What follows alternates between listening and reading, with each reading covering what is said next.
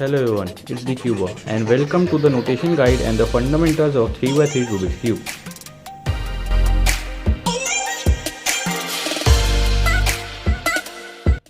So, the Rubik's Cube has three kinds of pieces: the center, the edge and the corner. These three are different from each other and stay in their own respective position. For example, the center cannot come in the place of the corner, neither can the corner come in the place of edge, and nor the edge can come in the place of center. These three stay where they are. No matter how much the cube is scrambled, the edge will be always between two centers and the corner will be in between of edges and centers. The center are one colored pieces, the edges are two colored pieces, and the corners are three colored pieces.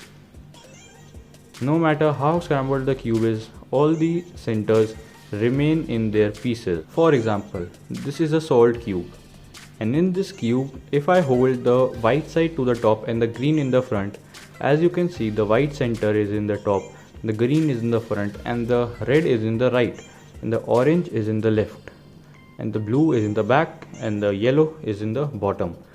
Same as this with this scrambled cube. If I hold it as the white center in the top and the green in the front, all the rest of the centers will be the same as of this solved cube. Now to the notation guide. If you hold the cube so that the green center is in the front and the white is in the top, now we can define the cube with certain letters. Each side represents a letter. For example, this side, with this center as the spec, we can see that this side is its right, and this one is its to the left, and this one is its to the up, and this one to the down, and this side is this center's front, and this side, like this one, is this center's back. So if you hold the cube from this angle, then we will determine all the moves with respect to this center. In this case, we determine all the moves with respect to this center: the right, the left, the up, the down, the front and the back. So now as we have determined the moves, now we have to determine their direction. As you can see that the right side can move in two directions, the down and the up, but we cannot say as right down and right up, because you cannot say up left, up right. It will be very confusing and the algorithms will become very long to write. So we have defined a way to determine the direction of each face. For example, in this right side, if the right side moves clockwise, we call it R. Write the first letter from its name, R for right. So if it's moving clockwise, we call it R, and if it's moving anti-clockwise or counterclockwise, we call it R prime. So you can, following the same principle, you can determine the direction of any side. Let's determine the direction of this U side, upper side. So when it's moved clockwise like this, we call it U. If it's moved counterclockwise like this way, we call it U prime. Same with the L. When it moves clockwise, we call it L, and when it moves counterclockwise, we call it L prime. Same with D, B and F. So B will be when B moves clockwise like this, and B prime will be when the back side moves counterclockwise like this.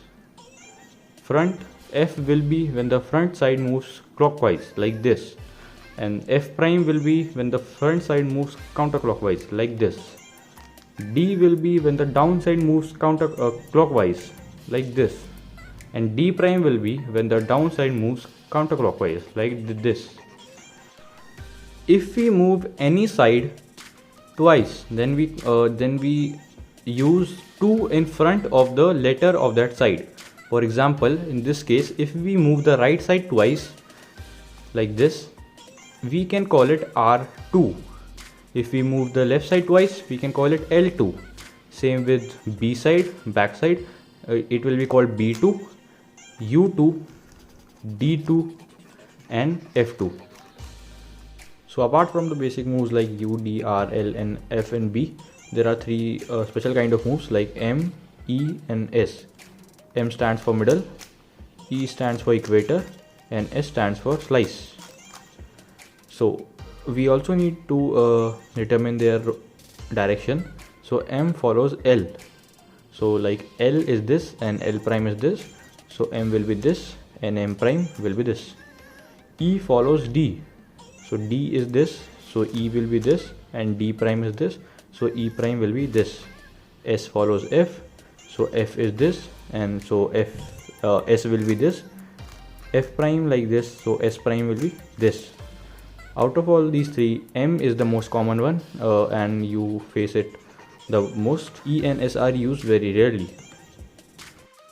We also have wide moves. So if we have to move 2 layers at a time, we attach a W in front of the letter. For example, R wide will be this, R wide prime will be this, L wide will be this, L wide prime will be this, U wide prime, D wide prime, F wide, B wide. Now to the rotations. So in all these cases I was determining the slices with respect to the green center. But what if I have to do the same with respect to the orange center in the front and blue in the top? So we need some letters to express our rotation of the cube. We use 3 kind of letters, X, Y and Z. X follows the rotation in R layer this way. Y follows the rotation in U layer this way. Z follows the rotation in F layer like this way. So we can use these 3 rotations to determine our cube position, but we also need directions to tell our rotation. For example, how we will tell that we need to rotate X in this way and not this? So we use the same as the slices prime, X prime. So X follows R. So for example, R moves does this. So X will be this, like rotating the cube in the way of R. So R is like this. So X will be this. X prime will be this. Y follows U. So Y will be in direction of U. So Y will be this. Y prime will be this. Z follows F. So Z will be in direction of F. So Z, F is like this. So Z will be like this. And Z prime will be like this.